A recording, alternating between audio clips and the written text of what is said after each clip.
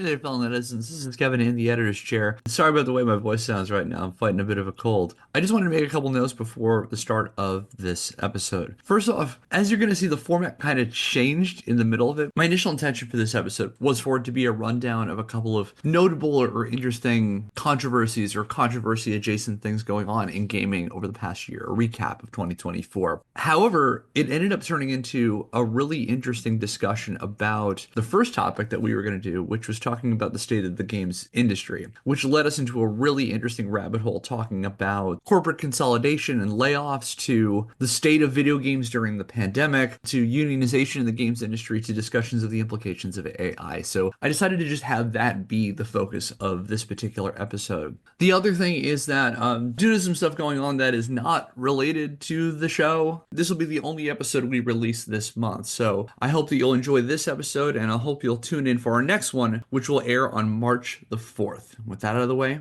let's get to the show. Abby, no one's saying anything. No one's saying nothing.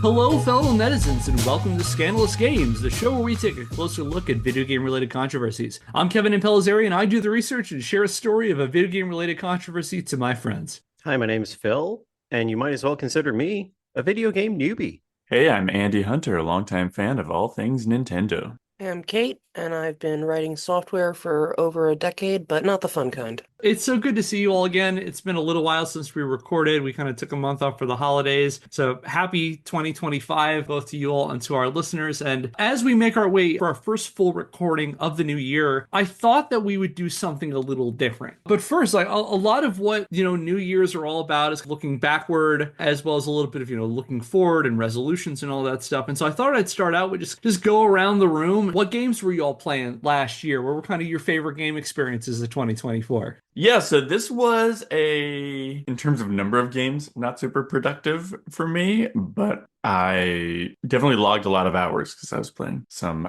big games. I started off the year by concluding The Legend of Zelda: Tears of the Kingdom, and I loved it.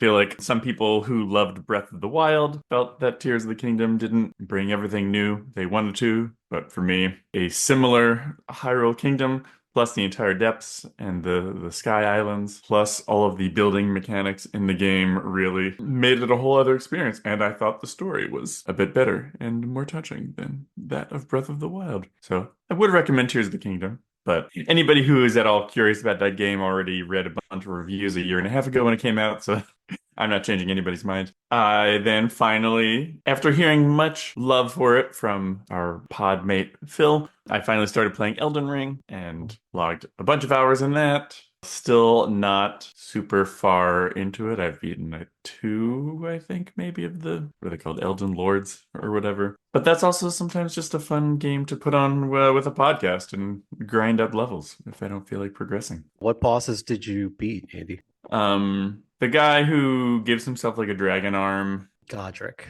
Oh yeah, Godric the Grafted. And then is it Renala? The lady who, she's got all those like puppet kids that you have to fight, and then she transports you to just a little lake world or something, and you have to fight her then. So yeah, I think those are in terms of the like main story bosses I've beaten. And now I'm playing Sea of Stars, a turn-based RPG. It's kind of a throwback to Chrono Trigger. Really liking that. Would recommend that gorgeous pixel art. The story has taken some fun and surprising turns. Oh yeah, and then with my son, had just played The Legend of Zelda: Echoes of Wisdom, somewhat more recent game, and I thought it was okay.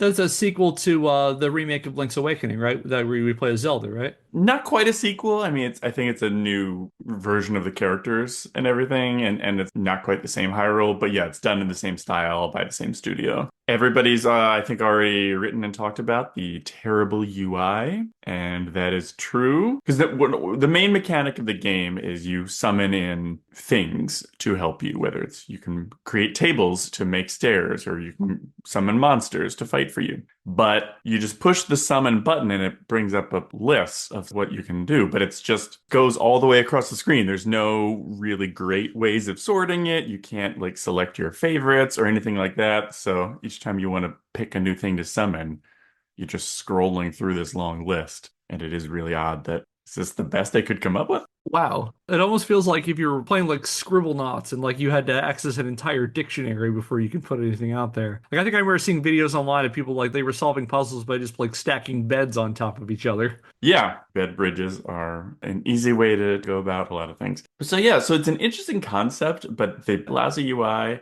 plus the fact that Zelda can't do a lot of fighting herself means that you'll summon in your monsters to fight for you, and then you are just waiting around and hoping the monsters you summoned are smart enough to attack the things you want them to attack. And so it's like, this isn't really why I play a Zelda game or any game, I've had to supervise a lot of people in real life who don't know how to do what I want them to do. Why would I want to do that in a video game? Don't remind me of real life.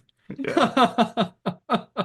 So that was my 2024. Yeah, all in all, I definitely had a lot of fun. I've heard a lot of this Hell Divers phenomenon, but I will leave discussion of that to some of my co-hosts here. Anybody else want to share their gaming experiences of 2024? And it doesn't have to be digital games. It could also be like, tabletop or role playing or stuff like that. Well, that's a good intro for me.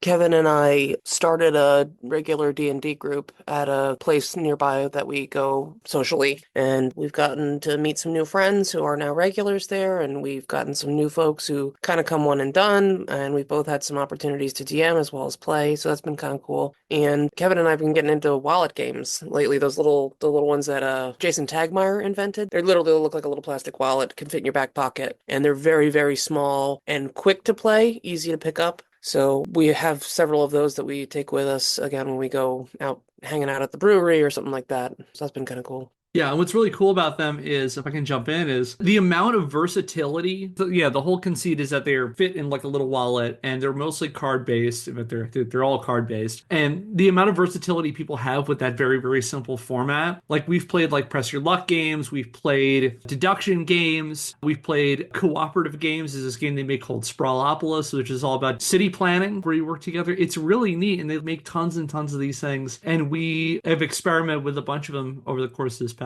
year. I know for me, it's been like Kate and I have played a lot more tabletop games together, which has been a lot of fun. And yeah, we have been doing some role playing. I never DM'd before, and then I DM'd for the first time a couple weeks ago and had a lot of fun. Kate has organized a lot of this. A lot of the credit goes to them. They've been doing a fantastic job of DMing with our newfound friends that we've been meeting. So again, just all the kudos to Kate there. And I know, speaking for me, like you, Andy, I didn't play a lot of games for a long period of time this past year because, life gets in the way. It really does. But there's kind of like a small handful of ones that I played a lot of. I put together just like an informal list. This isn't like a top five or anything, but kind of like the 5 games I played a lot of this past year were, I played a lot of EA Sports College Football 25. We did that whole long series on it. I did a team builder, because team builder is where you can create your own team or you can download other people's teams and you can start a dynasty with them. So I started a dynasty with the University of Delaware, Go Fightin' Blue Hens.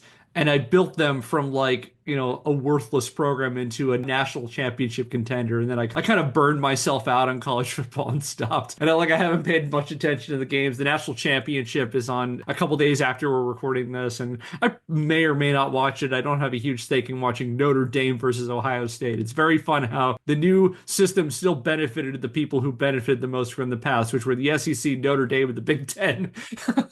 But aside from that, I played a bunch of other games on and off. I played a bunch of Lies of P early in the year. Lies of P, very fun, Bloodborne-inspired, Souls-like game, which I played a bunch until I got stuck on this one boss. I played a bunch of the Perfect Dark remake from 2010 on my Xbox One, which is a fun game, holds up. My contrarian millennial opinion is that Perfect Dark was always better than GoldenEye because it has a lot more features, it's deeper story, the weapons are a lot more fun. And so I've had a lot of fun going back to that game. It's like meeting an old friend because I played a lot in high school. And of course, like Helldivers, which we are going to talk a little bit about. And I'll save a lot of that for Phil, because I know Phil's played a lot more Helldivers than I have this year. But Helldivers was a lot of fun. I played a lot with Phil. I played a bit with friend of the show, Ryan Weaver, and a bunch of like randos that I found doing various dives. So like I was around them when they eradicated the automatons for like 2 days. That was fun being part of that. And then the other game that I picked up near the end of the year, which is like hooked me to my soul, Balatro. Has anybody played Balatro? Haven't played it. I've heard. Sounds like you're in good company in terms of people who've gotten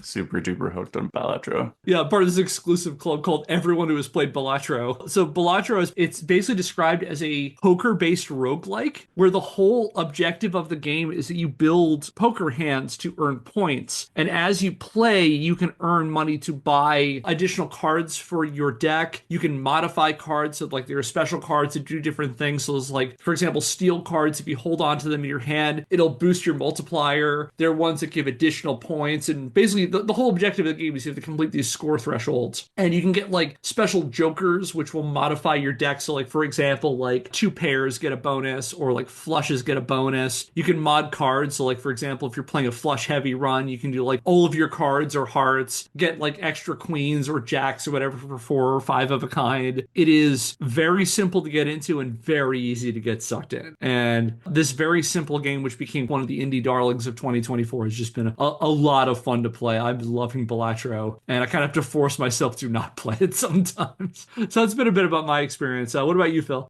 Hey, everybody. So I bought a game this past year that I intend to play a lot of in 2025, and that is pre-ordering the new Monster Hunter game. And what's funny is my fiance has an account on my PlayStation, now our PlayStation 5. And, I was there and I saw all the DLC, and I'm like, obviously, I want all of the different cosmetics, or as many as I can, before the game starts. And I bought like everything I possibly could pre-order in anticipation in a couple of months being able to get sucked into Monster Hunter Wilds. And then I got a text from her. She was like, "Did you buy something on my account?" And I was like, "Oh no.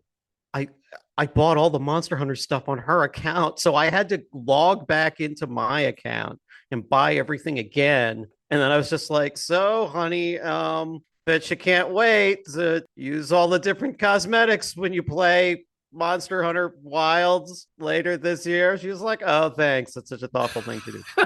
It's important to do things together as a couple. So that may be the most money I've spent on a game in the past year, but the game that I've spent the most time playing is Helldivers 2. And one of the things that I find as still a relatively new gamer is that it takes me a very long time to feel like I know how to play a game. I usually have to plat the game and then max out the level that you can get to at the character. And then I'm like, okay, I think I understand what to do in some of these situations. And it's usually because it's a co-op base. I love co-op based games. So learning the etiquette and learning what to do in certain situations, how to support people, and how to steer people towards doing the right thing without being antagonizing, getting into a situation and instead of doing something where you tell everybody or want everybody to do something completely different, how can I keep doing what everybody else is doing, but help, like all of that stuff. It takes me a long time to learn, but I really, really, really enjoyed Helldivers 2 as somebody who was super co-op focused. It's a great game. Something I find funny, Phil, is like you talk about how like you're a relative video game newbie, but like then you'll say, okay, I platted these games to understand. I've been playing games since I was 5 years old. Since like platting was a thing, I have very few games that I've platted. I just find that very impressive that for someone who's kind of, getting into games a little bit later, it's like the fact that you'll go there is, okay, I 100% of the game and now I kind of get it. Yeah, it's funny. I'll do that for like 5 games, like Bloodborne, which I love playing, especially with some of the folks here. Monster Hunter World and Monster Hunter World Iceborne. And listen, I haven't played a ton of games, but I can't imagine how it could take more time than it did in those games to plat. I think it takes like 1,000 hours to plat one of them based on the number of things you have to do and the number of monsters you have to hunt. I just think that's ridiculous. I would love to know at some point and have the conversation. What are the hardest games to plat? As in, what are the games that take the longest time to plat on average? There's some insane ones. There's some of them, because some of them they joke around with their achievements. I want to say this is, and I'll jump in at this point of correction. Like I'm pretty sure there's an achievement in the Stanley Parable where you don't play the game for 10 years. And there are like some games that have special achievements that can only be achieved. Like there's a game I played a lot of called Blitz the League 2. If you're ever familiar with NFL Blitz, this was a spinoff of this after Midway lost the NFL license. And there was an achievement. So this game came out for the PS3 and the 360. There was an achievement called The Clap The only way you could get this was the initial people who only had this kind of condition. It's kind of like the Pokerus for Blitz League 2 for our Pokemon fans, where the only people who had an issue were the developers of the game. And they would go into online multiplayer, and if you played against them, you would get the joke. It was like an STD. You would get this if you played with them, and then the idea is that people who would play with them would get it. So the only way you can get this achievement if you were someone in that chain of people who got it. And like now at this point, the servers are long since shut down, so like that is a literally impossible one to get. And there was it Dead Rising? Dead Rising had this achievement where if you killed everybody in the town, you had to get like 43,000 kills because the game would keep track of your zombie kills, and people would do this for like literal days to get this achievement. It took an insane amount of time. So some of them do have these kind of like absurdly long requirements to get them. And so one thing I do like about the Souls games are generally more fair when it comes to that. Like I know my run on Elden Ring, I have one achievement short of platting that game. And the one achievement I'm short of is, you'll appreciate this, Phil, because there are certain weapons you can only get at like one time in a run. And there's one late in the game, there's like a spear. You probably know this one better than I do. Bolt of Grandsax. I'm missing the same one. Yeah. And so like when I went back to try to plat the game, I found out that I was past the story point where I could have gotten that. So the only way I can get that is on New Game Plus. And it's the only one I'm missing. Unless somebody grabs it and drops it for you. If anybody wants to do us a solid there, scandalousgamespodcast@gmail.com. All right. Thanks for all sharing that. I thought that this is a great opportunity. Kind of just like the whole point of this when I started out was to kind of just nerd out about games. And I know we've been talking about a lot of heavy topics over the last couple of months of the show. Everything from, Dave Grossman to the ways that college sports, makes billions of dollars on the backs of the people you think are most responsible for that. And I thought today we would do kind of like just more of a low key thing. And this is something I'm calling 2024 a year in controversies. Over the course of last year, I kind of just kept an eye on a bunch of the, controversies that were getting news attention in the gaming community, in the community beyond gaming, and the weird intersections of video games to all sorts of different topics. And over the course of the year, I just kind of kept track of them. And so I thought for this month, what we're going to do is we're going to kind of do a rundown of them. There was an old joke that used to be on the Daily Show's website. They used to have a thing where you could search for any clip related to a specific day, and they used to call it "Remember When We Cared About Blank." And so this is kind of a remember when we cared about this, because these were things that came up during the course of the year. Some of them are serious, some of them are silly, and I've boiled them down into overarching themes that we're going to do over the course of this month. And so I thought that's what we're going to talk about today, and kind of use them as a jumping off point to just have a fun conversation about video games. And I will say up front, these may be future episodes, they may not. We're only going to talk about them. I only have a couple of pages on each of them. So it's going to be kind of what they call in academia a survey, a broad spectrum of a couple of different topics that we're not necessarily going to go into a huge amount of detail about, but it's just something to make you aware of it. I thought they'd be kind of fun to bounce off between the four of us. So that's the plan today. So today, we're going to look back at the year that was 2024. And we'll talk about industry turmoil, fan backlashes, Nintendo-related shenanigans, and even a little bit of murder as we go through some topics from the last 12 months. What do we think? Let's do it. Yeah, hit me. Let's go. Okay. All right. So our first foray into the foibles of 2024 is a category that I'm affectionately calling corporate bullshit. In many respects, 2024 was a great year for video games. There were some stellar titles in both the AAA and the indie scenes that came out last year, including Helldivers 2, Black Myth Wukong, Elden Ring Shadow of the Erd Tree, Balatro. It also saw the return of college football video games after an 11-year hiatus. And again, for more on that, check out our previous series. However, if you worked in the industry, chances are good that you had a different experience of video gaming in 2024. Because from the industry side, there was a significant amount of upheaval, consolidation, studio closures, and massive layoffs rocked the industry. All right, yeah, here we go. I feel like just about every week in 2024, there was something in the news that made me almost want to text you and just say, seems like this could be a future episode, Kevin, and just new company, laying off a ton of people. Profitable game, nonetheless shut down because it didn't make all the money in the world. Yeah, there's a running theme of between 2023 and 2024, which is basically the games industry making hundreds of billions of dollars and having tens of thousands of layoffs at the same time. And so to understand the state of the video game industry at the end of 2024, especially among its biggest players in the AAA sphere, we need to step back in time to a time I'm sure most of you remember very fondly, 2020. Oh, Oh, the halcyon days of 2020. Isn't that funny how your perspective changes? 2025 making some people nostalgic for 2020. So yeah, the halcyon days when we were all trapped in our homes and we as a country defeated fascism only to sweep it back into power a mere 4 years later because Americans have goldfish level memory. Way to go, America.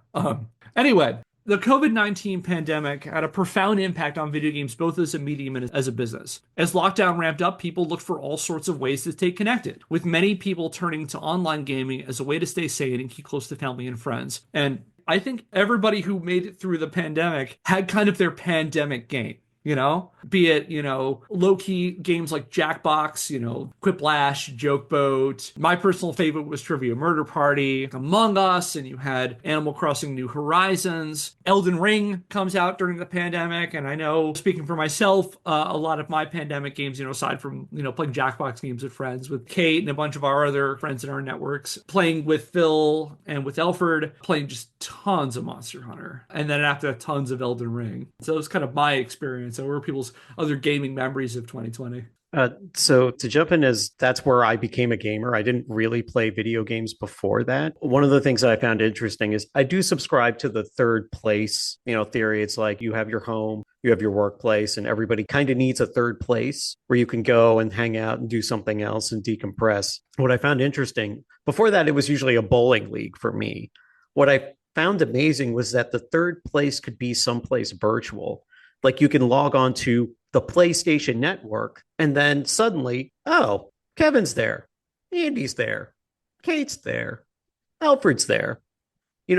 People could just be there, and then you can all get on the same voice chat and, chop it up the same way you would in real life. Hey, how's it going? What did you do today? You want to go do something? You want to go play Monster Hunter or Bloodborne or whatever? Oh, sure, we can do that. So I thought that was very interesting, and it kind of changed my perspective on socialization in games, which was not very well informed. And now I think it definitely has its place for a lot of people. Yeah, I think 2020, one of my main games was Diablo 3. That's when I got a PlayStation for the first time. Nice. So, yeah, just playing some Diablo with Phil was a way to feel connected. And I joined a D&D game for the first time in a couple of years in 2020. We were was doing one over Zoom, and then I ran one for a little while myself as well. So, yeah, also used games to stay connected that year. Yeah, and I think for me it was you mentioned, Kevin, a lot of the social games that we played with friends. We had, sometimes we had a really big group of people who would hop on. Sometimes it would just be like maybe four of us. Some people would even just, I remember, hop on and they're like, I'm not gonna play, but I do want to just hang out. Like I remember one of our friends was literally just cleaning her bathroom while she was like, I'm not gonna play, but I just want to like listen and chat a little bit while I just needed to talk to people. And that was really nice. And I also remember, so you mentioned like the Jackbox games, which are still fun. I mean, there was a magic to them there, but they're still fun. But I remember we played Werewolf a few times. I was volunteering to run a virtual werewolf game for a work bonding experience. That didn't end up happening, but Kevin taught me how to DM a werewolf game, and a bunch of friends hopped on to Zoom to help me practice, and that was a lot of fun. And I was just trying to find, maybe I'll be able to find it, but I remember, Kev, do you remember there was that paperback game that we played over Zoom that I think one of our friends coordinated, where it's like you bring a paperback with you and you read the back of it to everybody, and then like I know you have to like everybody has to make up a title or something like that.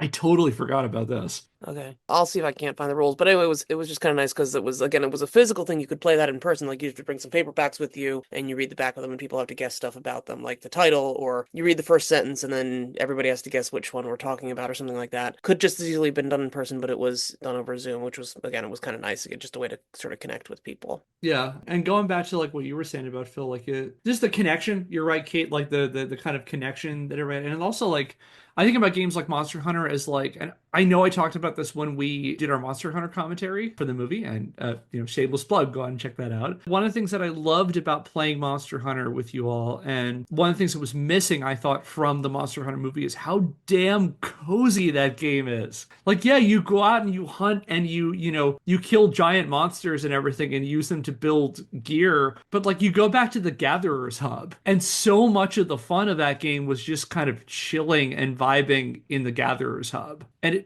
I think a lot of people, I think this is probably I didn't play Animal Crossing New Horizons, but I think a lot of the appeal of a game like that is like you said, Phil, a third space, a place that's kind of away from your home and away from your work, where it's just like, you can just kind of chill out with people you like. And I think that was what a lot of people were looking at. I think a lot of what the pandemic was people looking for connection. And one of the ways they tried to do that was through games. And as a result of that, people turning to the awesome power of games to build these digital communities in a time of unprecedented crisis also turned out to be pretty financially lucrative for video games and their game makers. So, citing data from PwC, which is a market research organization, Phil Hornshaw of GameSpot detailed in a March the 12th, 2024 article on the tumultuous state of the industry, which I will share in the notes. Hornshaw noted that the video game market expanded significantly during the lockdown years, growing, quote, from $162.4 billion in revenue in 2019 to $196.9 billion in 2020 and $214.2 billion in 2021. So it grew by leaps and bounds during the pandemic.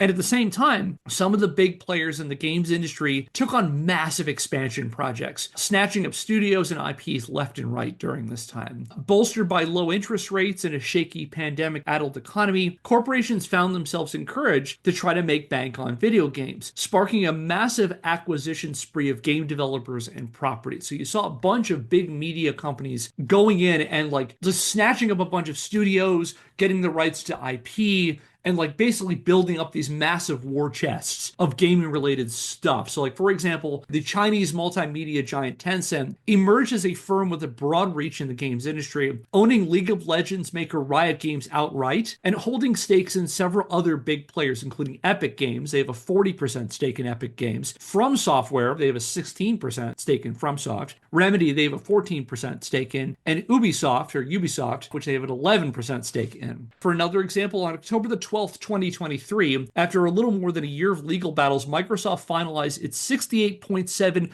billion, $68.7 billion acquisition of Activision Blizzard, one of the biggest players in the AAA games industry, bought it by Microsoft, another one of the big players, and in doing so secured a lot of the IP that Activision Blizzard had acquired and some big properties, games like Call of Duty and games like World of Warcraft. And another big competitor in the game of mergers and acquisitions was a Swedish holding company called the Embracer Group. Has anybody heard of the Embracer Group?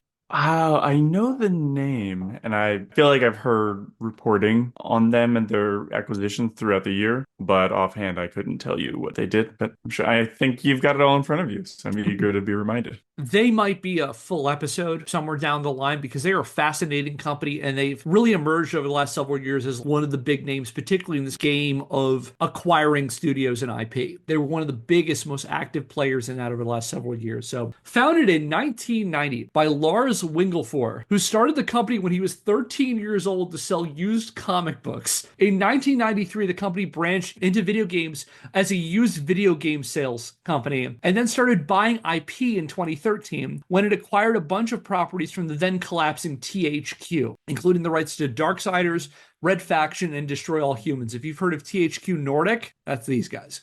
Over the next several years, Embracer snatched up billions of dollars worth of studios and gaming franchises, reportedly spending as much as $1 billion on more than 20 acquisition deals in 2022 alone. As of this recording, among their holdings, in addition to the IP I just mentioned from THQ, Embracer controls the likes of Goat Simulator and Deep Rock Galactic, which it got through a 2018 acquisition of Coffee Stain, Borderlands, which it got through a 2021 acquisition of Gearbox, and Deus Ex, Tomb Raider, Thief, and Legacy of Kain, which it got through a 2022 acquisition of Eidos Montreal, Square Enix Montreal, and Crystal Dynamics, all from Square Enix, which we briefly covered in our gaming and crypto episode, because this is part of that sale when Square Enix was looking to get more into blockchain gaming. They sold a bunch of their studios to Embracer to get more liquid capital to do that. We've seen how well that's turned out for Square Enix. They also expanded beyond games into other forms of leisure media. So, for example, Embracer Group acquired Dark Horse Comics in 2021. And a year later, they bought a board game company, Asmodee, which owns the rights to tons of board games, including Catan, Ticket to Ride, Seven Wonders, and Exploding Kittens. That same year, in August 2022, the company added Middle-earth Enterprises, the holding company responsible for the rights to J.R.R. Tolkien's The Lord of the Rings, building an hoard of IP-related gold that would make Smaug himself blush. So, like, if you played a game over the last several years, chances are it might have been owned by the Embracer Group. Yeah, okay. So that is a lot. I'm really curious. Is there a second half to that? Because some companies, they'll buy up a bunch of stuff and then after a couple of years, they're shutting down a bunch of teams or something. Has Embracer Group done any of that? Or is that just that shoe is still in the air and maybe it will drop one day? Who knows? Andy, did you read my script?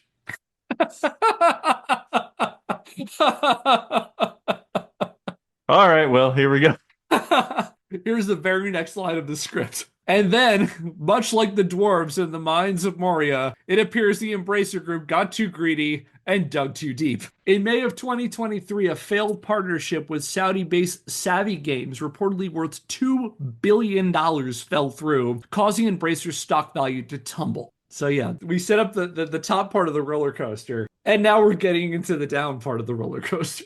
This inspired the Swedish company to pivot into a new business venture: massive layoffs. On July the 13th, 2023, the company announced a massive restructuring plan. And as part of this new plan, the company started closing game studios and eliminating thousands of jobs. According to a February the 15th, 2024 Games Radar report, in 2023 alone, Embracer canceled 29 game projects and closed 9 studios, resulting in about 1,700 layoffs. Notable casualties to Embracer's restructuring included Free Radical Design, best known for the Time Splitters franchise, very good games. Volition, who made both the Saints Row and Red Faction series, also some good games. And Pieces Interactive, who made the Titan Quest series and the 2024 remake of Alone in the Dark. So yeah, that's where we are with Embracer. Kevin, can I jump in from the corporate BS angle? Go for it. So whether it's game studios or whatever type of business that you want, it just seems like it's game over anytime a company gets investors and or goes public, because the investors have so much sway over, what the company does. It's always about infinite growth. Every company, as soon as it gets investors, needs to achieve infinite growth. So there may be a period where you're trying to grow your product as much as you can. In this case, it's offering whatever you need to with the platform. And you can see why so many games have such aggressive monetization strategies. And then you get to a point where, maybe everybody who has the game, who wants the game, has the game. And you've maxed out the revenue that you can pull in from DLC and stuff like that. But your investors still want there to be growth in the profit. So the only choice you have is to start laying people off, because you can't pull in more revenue. So now you have to start cutting costs. But eventually you're going to lay off as many people as you can. And then that's it. You can't pull in more revenue. You can't lay more people off. So then your stock price is either going to stagnate or go down a little bit. And this seems to be the playbook for every single industry in this country, whether it's video games or, tech or real estate.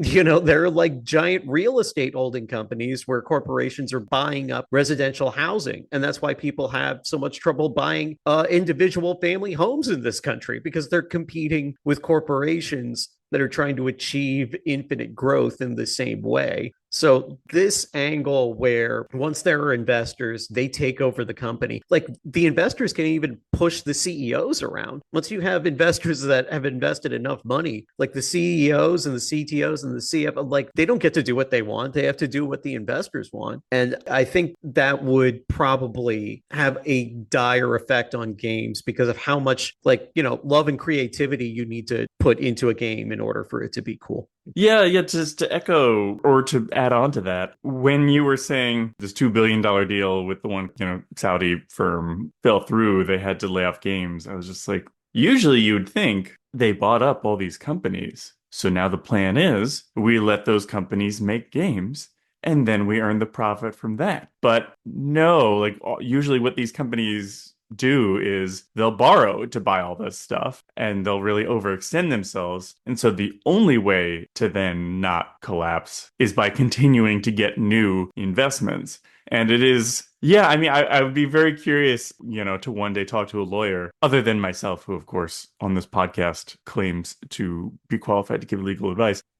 How sometimes these things are different than just a straight up Ponzi scheme, because is it just that, like, well, one day theoretically we might accidentally make a game that is profitable on its own without just continually needing to bring in new investors? Because yeah, it's just weird, like, oh, sorry, this investment fell through, thus we can't afford to pay anybody. Like, well, why'd you buy a million companies in the first place if you didn't have a plan other than continuing to get new investments, So like you were saying, Phil, it's all fucked. Yeah, there's a term that Ed Zitron, he's a tech writer. Ed Zitron has this term he calls the rot economy, which is basically this idea that these companies, their customers are their shareholders, and their product is making more revenue returns for their shareholders. And by hook or by crook, they're going to do that. And it's like, I'm reminded of how years and years ago when Call of Duty Modern Warfare 3 came out, Call of Duty Modern Warfare 3 was the best-selling piece of media in human history. It like sold more than anything that had ever been released as a product in terms of a consumable piece of media, like a book, like a movie or whatever. Call of Duty Modern Warfare 3 was it. That was the pinnacle. And after that, every game has to sell more than the most best-selling product in human history. And so, yeah, we keep getting to a point where, like, yeah, the line has to keep going up. And the line has to keep going up no matter what. And so you see this in like the film industry too, where like the things that are getting the money right now are like, these franchises and these recognizable brands that we know has a built-in audience that is going to go see these, so that, again, it'll be the biggest piece of media that ever happened. And like, it almost seems like every major game, every big AAA game has to be the most lucrative thing that was ever created. And on the other side of that is like, you often see these pieces put out by like, game studio executives that like, they cry poverty. They say that the games are getting more and more expensive to make. And that may or may not be true. Technological developments are what they are, but it's also because the other part of this product is because they need their shareholders to keep getting these record returns. And like you said, that's not sustainable. There's going to be a point where like every person on earth has a copy of like Call of Duty 90 or whatever, and you will not be able to wring out any more pennies through, battle passes or microtransactions. And there is going to be a point when you are going to report losses where there is no more profit to be made. You cannot get blood from a stone after a fashion, But this is kind of where we are right now. And we're in this state again where like these big companies have to keep making money because they need to keep appeasing their shareholders. Because, a lot of these are publicly traded companies. And so one of the things that, Embracer did is, they overgrown, they overstretched. This one deal falls through, the bottom falls out. And of course, the cuts where they make are always at the bottom. It's never the CEOs. It's never guys like, Bobby Kotick or whatever. They need their big returns, their stock options and all that stuff. And so what do? Yeah, they cut at the bottom because it makes it look like they're cutting costs, and shareholders like that because it means, you have to pay all these salaries. And so that's going on in Embracer. It's also what's going on at the industry at large. Because Embracer was not alone in cutting its gaming workforce over the last few years. And as it turns out, all the stuff we said about the revenue keep going up during COVID, people were playing a lot. As it turns out, that was not some sort of infinite money glitch where companies could keep just wringing out record returns. And so like the vaccine rollout and the end of lockdown restrictions started bringing the gaming market back in line with pre-pandemic years. So those massive returns, they're still making more money, but they're not doing it in the leaps and bounds they were during lockdown when a lot of people were turning to games. Yeah, because I mean, in addition to games having now more competition because people are allowed to go out and spend money on services and things that they weren't able, because in addition to games, people were also buying just more physical things during lockdowns anyway, because they couldn't go on vacations. So you had people buying Peloton bikes or redoing their kitchen or things like that. So in addition to having more competition, some of them had less money because COVID stimulus checks stopped coming in and stuff. Most of these companies didn't treat it as, like you said, oh, here's a temporary situation where we can just stockpile some money for a rainy day later. It's rather, oh, let's assume this will always happen. Let's invest more so that we can wring more money out of it while, we can keep making hay while the sun is shining. And then, oh, but we're not in a period of growth anymore. All right, now let's cut loose all those people we hired. I also imagine with, another thing that impacted, how many games people were playing or not was with the end of lockdown came a lot more having to go back to work, either in a hybrid sense or in a 5 days a week sense. That happened at my place of work, where there was just the time where it's like, okay, y'all have to come back in 5 days a week. Now, the thing you've been doing successfully for the last year and a half, 2 years at home, we want you to come sit in the office and do it now. And that means commutes. That means, I don't know how much gaming people were doing on their lunch breaks, but maybe. I even knew people who were very competent at their jobs and also told me privately that they well, semi-privately, I won't say it was like a big secret, but it was more like they played Animal Crossing New Horizons and got to a point where some of it was like just sort of mindless, and they're like, so I'll be on a meeting and I'll be playing the game in the back, and I am paying attention to the meeting, but it's like the meeting is like really only requires 50% of my attention, sort of thing. And all of that goes out the window when you now have to go sit in your office again and sit on a people mover to get to and from work and such. Plus, then maybe your soul is being ground down just a little more so that you don't even feel like picking up a game when you get home. I don't know. Yeah, I think these are all intangible things that help contribute to a kind of a market stabilization, because people had less time, people had less resources, people had, in some cases, less inclinations to play when all these other pressures are coming up, because the economy needs to keep running. If people have to stay in their home for 3 weeks and not go anywhere, the entire Jenga tower that is the American system just falls apart.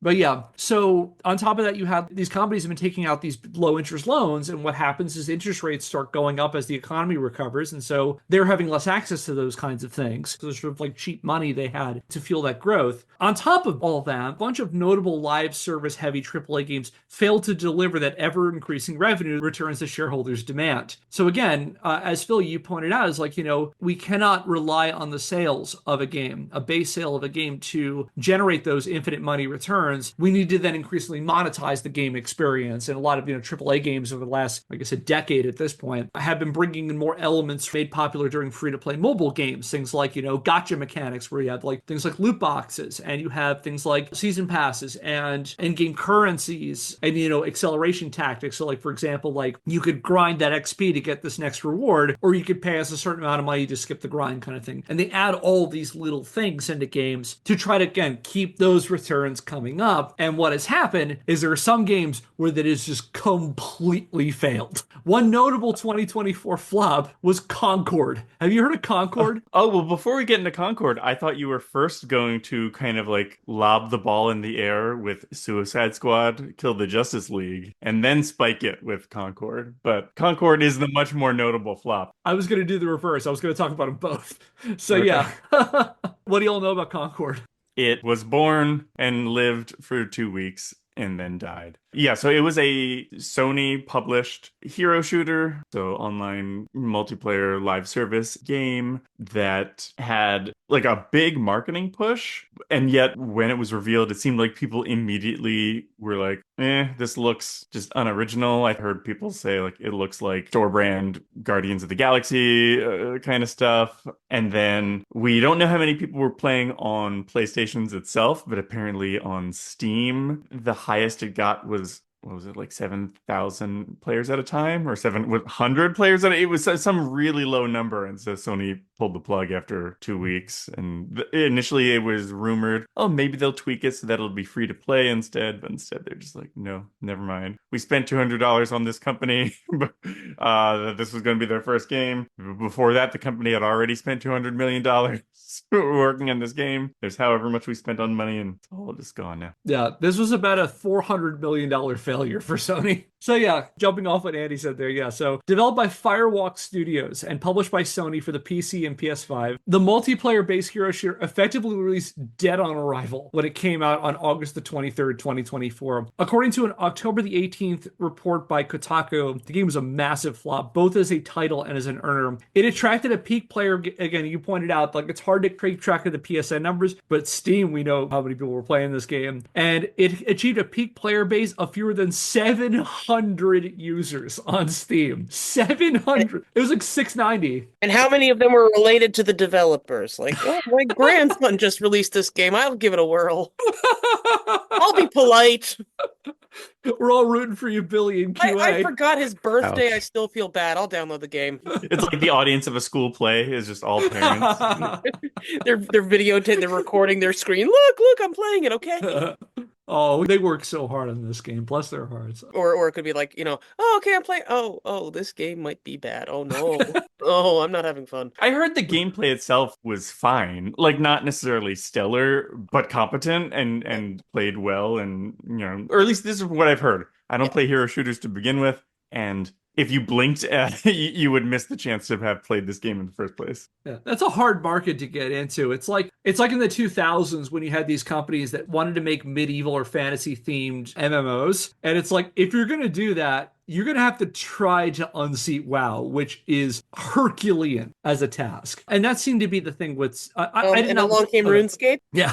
I think RuneScape predated WoW, didn't it? Yeah, no, it's more like there's RuneScape for the sort of ever so slightly lower key, less strictly battle oriented stuff. And then there's WoW, like yeah, there's some real heavy hitters if you want to come in and crack into that market. Yeah, if you're trying to break into the world of like EverQuest or WoW, Well, I was just going to say that, talking about, getting into saturated markets, and I think this is probably going to be a shadow theme for everything we talk about today and in so many other episodes. It takes so long to make a game, at least a AAA game, that, these companies greenlight a project because, it was 5 to 7 years ago, live service games were really taking off. And they're like, oh, great, let's get into this. And then you cut to 5 to 7 years later, the game is finally ready to come out, but everybody else had that same idea 5 to 7 years ago. And now you've got, this year, 20 new live service games are coming out, but there's still Overwatch and Fortnite and whatever else, has had 5 to 7 years to be building their audience base anyway. And so, yeah, like you said, you've got all these things to unseat, and these companies are only ever making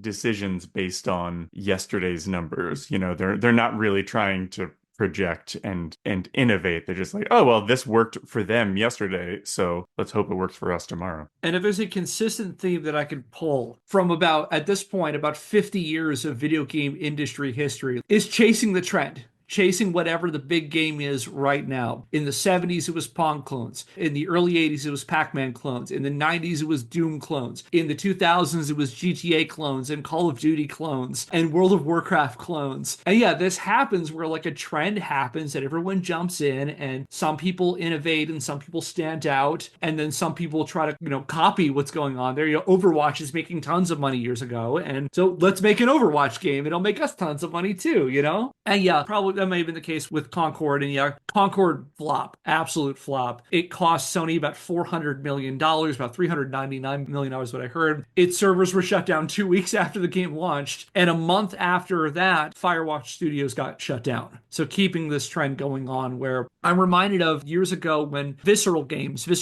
was owned by EA. They made the Dead Space series. Dead Space, fantastic horror games. That first one is really good. I haven't played the remake, but I've played the original, and it's such a great atmospheric horror game. And by the time the third game came out, Dead Space 3, EA was clearly looking at what were the trends at the time, and they said, okay, we need two things. We need crafting mechanics, because Minecraft is big right now, and we need co-op. And co-op is not really good in a horror scene. It basically alienated the audiences that loved it. And there were situations, I believe, where like you had to acquire materials in the game, resources to craft things. And they had these things where, well, yeah, you could try to grind them, or you could pay to get those materials, pay a little extra money. And people hated that. And it did not perform as well as the other ones. And then EA shut down Visceral. So like, this is a thing where it's like, I don't fault Firewalk Studios. They were doing what their publisher told them to. But in many ways, Sony was setting them up for failure.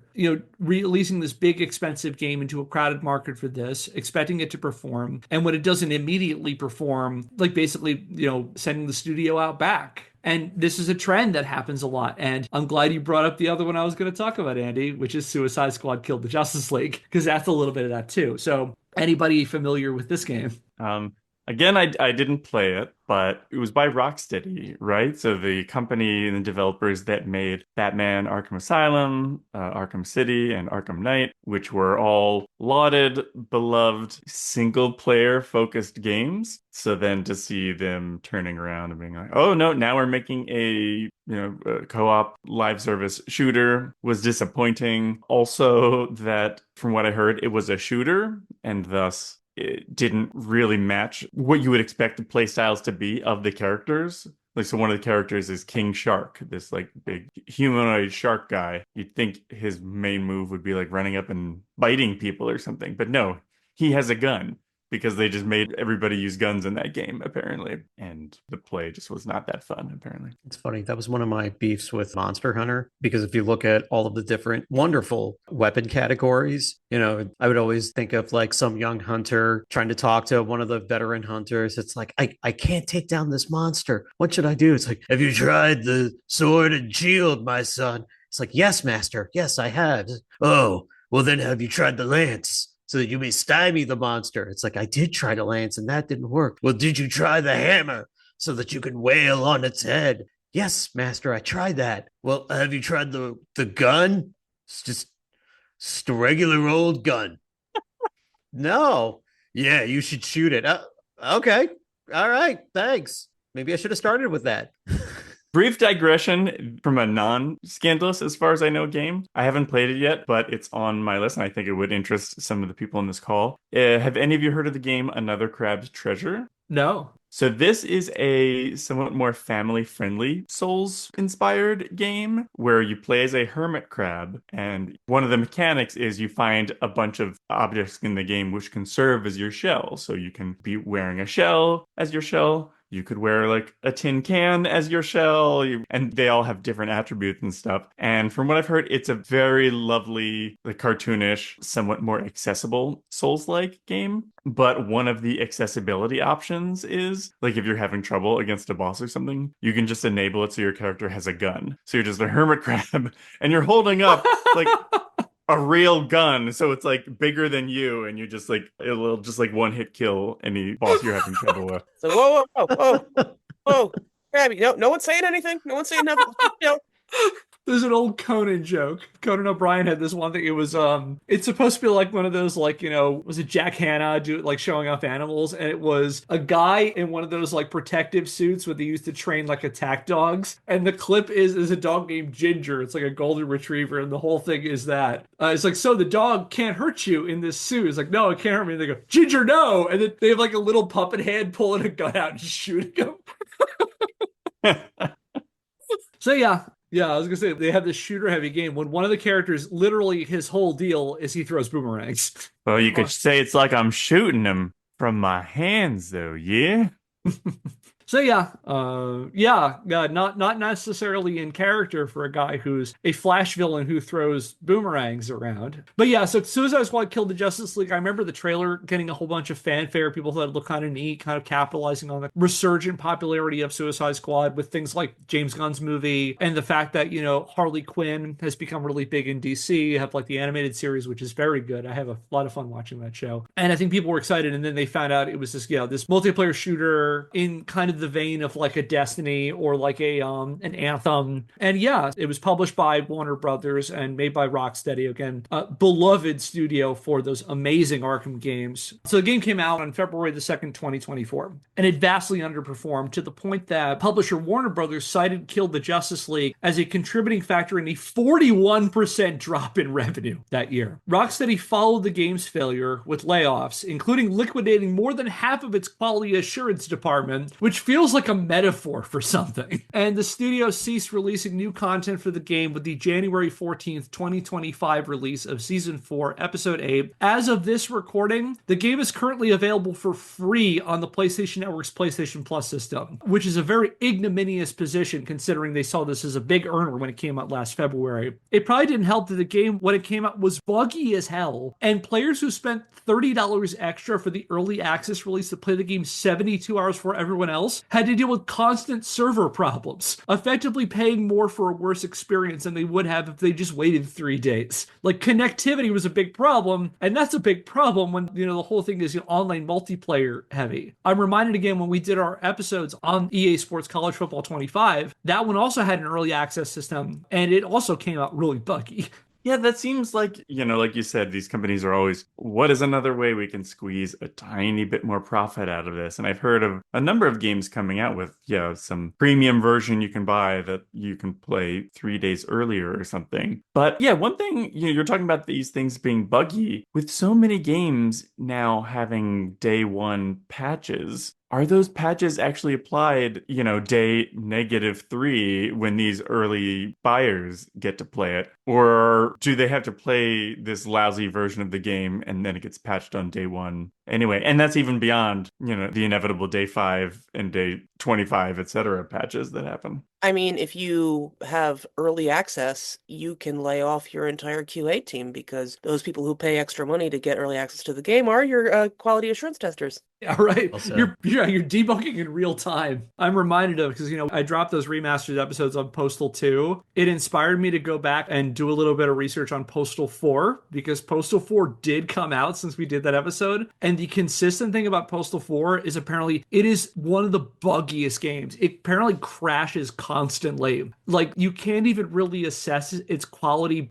for its like dated jokes and its racism and all that stuff like you would Postal 2, because the game is not even functional. Although that is the fun thing again, where people they give it positive reviews because they really just super like Running with Scissors. I'm sorry, Running with Scissors has been kind of on my brain lately, both for that past episode and what we're going to do in a couple of months, teaser. You gotta be fucking kidding me. And that is a situation where they put it out and they are in no rush to patch it. And this we have 3 days where we're kind of figuring shit out among the players while the rest of us are waiting to pay $70. They paid $100 to be effectively the canary in this gaming infrastructure's coal mine, I think this joke is maybe 30 seconds too late, so you can cut it if you want, but running with scissors, they're running with scissors when it comes to advertising themselves, but they're walking very slowly to patch, it sounds like. Slow and steady. Let's check in on Running with Scissors in 10 years. Maybe Postal 5 will come out then. Vince Desi. I had to read your X threads. Fuck you, Vince Desi. Radioactive is how I would describe his social media. Anyway, as for that departure, so facing huge failures on games loaded with predatory monetization, microtransactions, and early access passes, AAA companies turn to a time-honored tradition in corporate America, which we've talked about a little bit before, to save face, announce a whole bunch of layoffs to convince shareholders you're trimming the fat, and watch the stock value go up. Again, a practice tech writer Ed Zitron describes as the rot economy, because a lot of, as you pointed out, a lot of industries do this kind of stuff. As a result, beginning in 2023, many of the industry's biggest behemoths started riding the pink slip pony. According to a report by Nicole Carpenter of Polygon, citing figures compiled both by Polygon and Faram Noor, who has been keeping track of the layoffs at various companies and keeps a kind of running total of them. During 2023, over 10,000 people working in the games industry lost their jobs. The scale of the layoffs was unprecedented, and 2024 was even worse, surpassing the previous year by only June. So passing those 10,000 layoffs by June, 6 months in, and closing out the year with about 14,600 people losing their jobs. So between those 2 years, almost 25,000 people lost their jobs in the industry. As with Embracer, this sometimes led to the closure of entire studios. For example, in 2024, Microsoft announced that they were shutting down 3 studios, Arcane Austin, Alpha Dog Studios, and Tango Gameworks, all Bethesda's subsidiaries responsible for Redfall, Mighty Doom, and Hi-Fi Rush, respectively. And all of this came at a time when the games industry generated over $227 billion.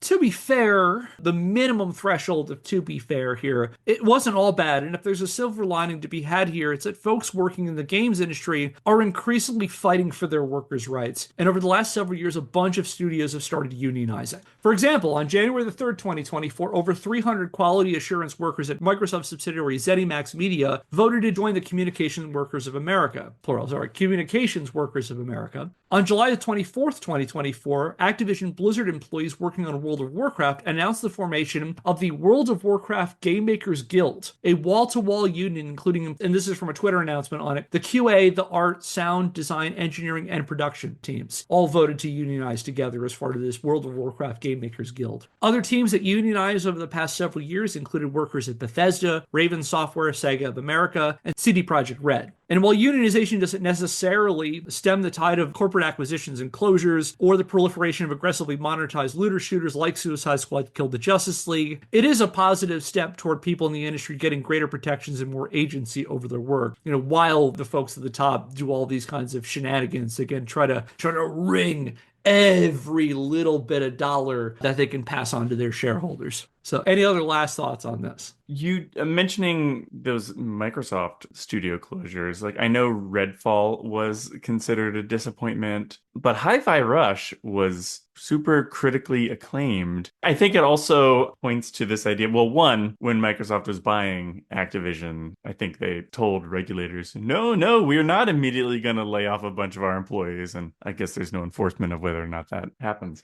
But also, I wonder if we're going to see for Game Pass, similarly to how Disney is learning with Disney Plus, that, oh wait, it turns out spending a ton of money for new content for a subscription service, it's hard to make that money back because, again, like with everything else, the subscription numbers will go up until you basically reach your plateau, at which point you spending more money on this isn't really going to be bringing in more money in exchange. And so with Microsoft Games Pass, I just wonder, they could put a million great games on it, but like its value is already so good, you're not really going to convince, I don't think, more people to buy Games Pass than already do. So I feel like they're going to reach a point of diminishing returns of, oh, we've got all these games on Games Pass anyway. How are you ever going to make money off of them, It's going to be a situation like, I think you're right, first off. I was like, we're going to have a situation like where we're just going to release like we did with Pokemon back in the day, where every game is going to have like a red version and a blue version. And you're going to have to buy both of them for the full experience. So I can't wait for like,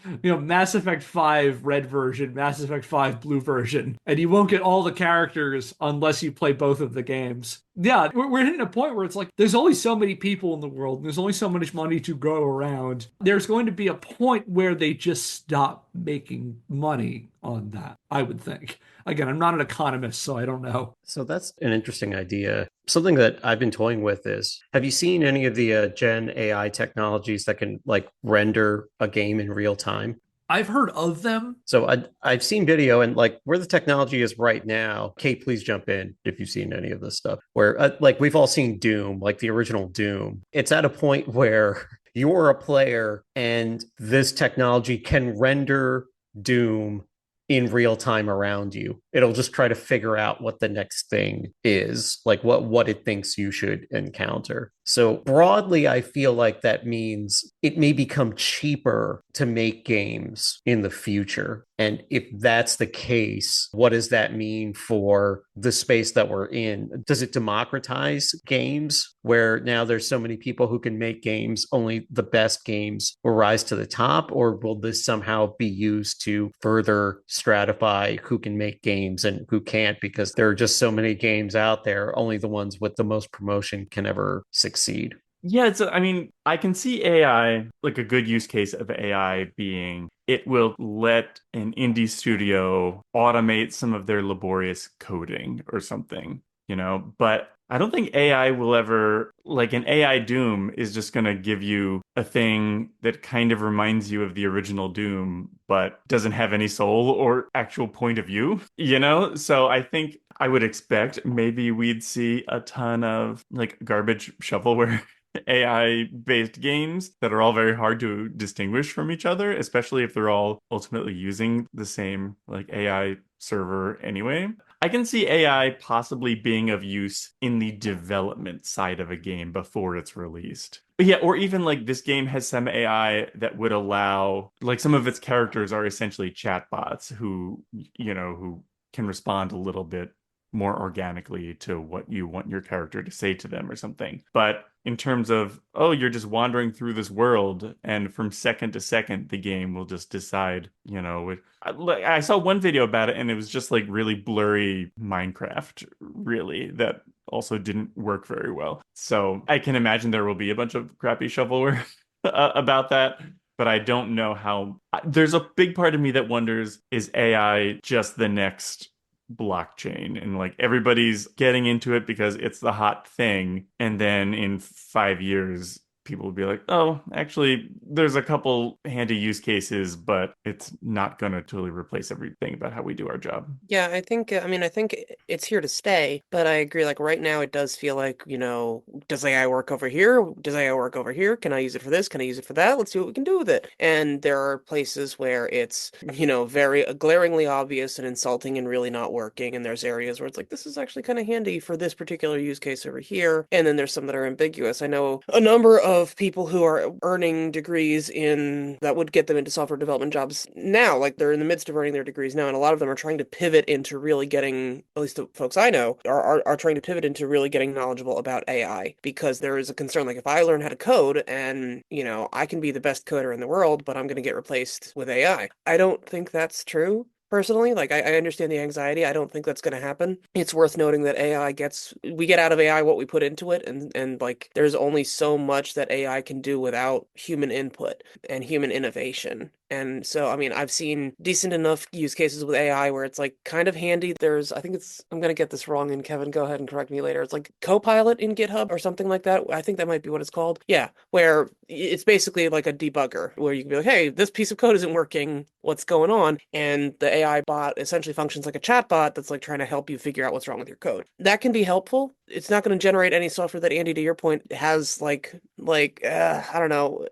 I can't see AI generated games being fun to play because there would be no human connection there. There'd be no humanity there. We've all read AI generated anecdotes that are derived from Reddit posts. It's like the real Reddit posts can be fun. This is AI nonsense, and I'm a little irritated by it. I've had a song stuck in my head. Kevin can attest because, we live together for the last 5 days that I'm pretty sure was written by AI. We're not going to sing it. We're not going to mention it because I just got it out of my head. Even thinking about it's dangerous. But it's like, there's just something just so, for me, that's like really irritating about stuff when I know that it's AI. And I think a lot of people probably feel similarly. I mean, look about that movie, Late Night with the Devil, that had a handful of AI generated graphics, the We'll Be Right Back bumpers. It's framed around a TV show. And people really got upset about that because it was like, you didn't need to do this. You're taking work away from human beings. And on top of everything else, that art looks weird. Like, why are you doing this? Why are you insulting us this way? And I think that when people realize that something is AI generated that was perhaps even being kind of passed off as not, they feel insulted. I mean, I know I do. I think I kind of got a little off track there. Sorry, Kev. No, I think that's great. Go ahead, Bill.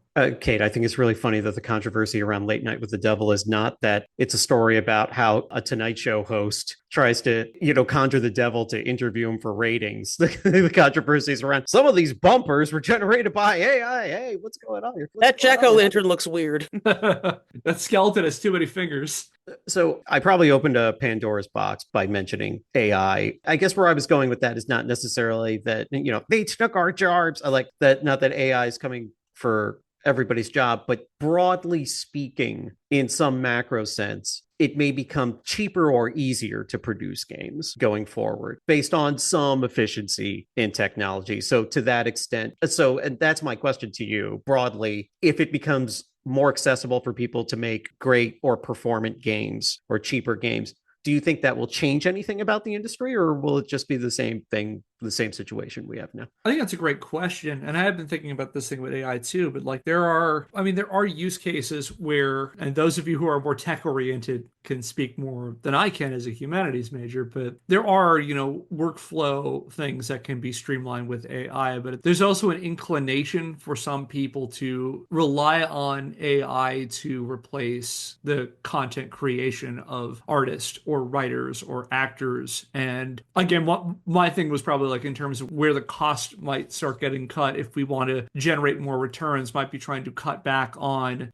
the people who are in these creative fields, the people who are in the development side, to try to rely more heavily on AI generated code. And there actually is already kind of a very substantial industry of indie developers, and I'm using indie developers extremely loosely here, who basically go to generative AI and use that to churn out games. As we're recording this a couple of days ago, there's a great YouTuber called Dead Domain who did a video that's called Investigating the PS5's AI Generated Nightmares, and talking about how online storefronts like the PSN and like Nintendo's eShop are becoming increasingly overloaded with a bunch of games that are either developed with AI generated code or are utilizing AI generated assets. And this kind of thing about kind of like using existing tech or whatever so I'm kind of all over the place on this. So in terms of democratizing game development, I mean, there have been tools that have helped do that before. Unity was an example of that.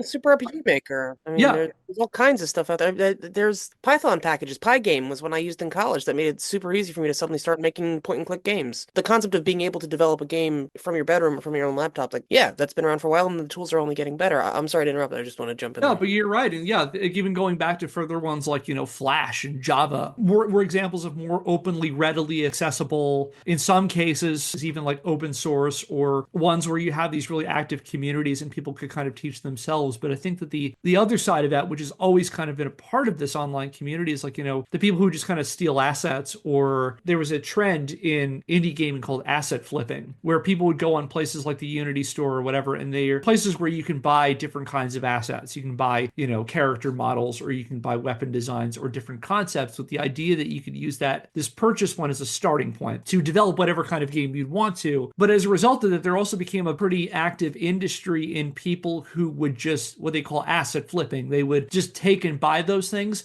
and just put them out as their own game, effectively stealing assets or misappropriating assets and doing that. And it seems that the way generative AI for certain segments of the game, again, using game development very, very loosely here, that they've used that as an opportunity to create now AI nightmare type things that are from these sort of stolen assets. My fear with this stuff, in terms of going back to cost cutting and going back to where the revenue increases for bigger studios, is, and again, I could just being a Cassandra about this, that there might be an inclination to rely more heavily on generative AI in particular as a way of cutting down on labor costs to save the money there effectively. Phil, did you want to jump in? I mean, I guess I agree. Game development is so expensive. If you could do that, I think everybody would. These game developers are getting laid off at the first moment, they possibly can. So if you could save money, I'm sure they would. Something I was thinking about that's a little more benign is AI generated cosmetics. Like, for example, there was a cosmetic in Diablo 3 that I really loved for my barbarian, but I don't think that specific cosmetic is available in Diablo 4. If there was some way that there were like a cosmetic marketplace or some framework you could use to generate your own cosmetics and maybe get them approved, could I use a service to be like, hey, please recreate the cosmetic I had in Diablo 3 in the Diablo 4 style and make it a little spiffier, please? And then I could create that and upload it to a marketplace, or, I'm sure there are like a million different great ideas that people have for cosmetics, but there's just not enough artists to create them out there to make them available. So I think something like that might be fun. I think it depends on the community too. Like there are some that are more open to, game modding and things like that. And there are like, I'm thinking about games like Skyrim is a great example of that, where there are just these tons of mods where people make their own things. And I could see a use case for, if it's like openly available, like a mod kind of thing, like I can see that. I know there's always this fine line between, are we paying, people for their work, for their art, for their contributions to this, or are we relying on generative models? I don't have an answer to it, but that's just like something I think about. This turned out to be a lot more meatier conversation than I thought. How about this? So why don't we wrap up this part of it then? So why don't with that, again, this is a really fantastic conversation. Again, this is kind of the one of the big things that's kind of been like bouncing around the industry. I taught an undergraduate class in early 2024, and a bunch of the students who took my class this is the kind of stuff they're thinking about, because a bunch of them took it with the interest of majoring in game studies with a thought of getting a job in the industry. And one of the things I had them do was I asked them every week to share articles about the state of the industry or state of games criticism or the state of the medium. And consistently, they were sharing me articles about the layoffs. And a bunch of them have told me, like, my biggest worry is getting out of school and going into this, what is right now a very volatile industry, where even if I find a job, there's no guarantee I will keep it. And I could work my ass off on this one particular game for a big studio to close it so that their shareholders just, their revenue goes up, a tenth of a point or whatever. So that's where we'll wrap up today. And next time we will take a closer look at some other trends that were going around the industry, some controversies that I think are worth talking about that happened in 2024. And so with that will do it for today's episode of Scandalous Games. If you like what we're doing and want to help the show, subscribe or follow us wherever you get your podcasts and leave us a rating. If you want to learn more, check out our website, scandalousgamespodcast.wordpress.com, where I publish the show notes and the sources for every episode. Our theme music is Occam Secretly by Seek Knowledge via the Free Music Archive. Used under a CC BY NCSA 3.0 US license. If you have a question, comment, or an idea for a topic for a future episode, email us at scandalousgamespodcast@gmail.com. And until next time, I'm Kevin Impellizeri. I'm Phil. I'm Andy Hunter. I'm Kate. Thanks for listening. We'll see you next Scandal. Subscribe to Fat Roll Gaming on YouTube and listen to So We Were Talking About Beast Wars wherever you get your podcasts.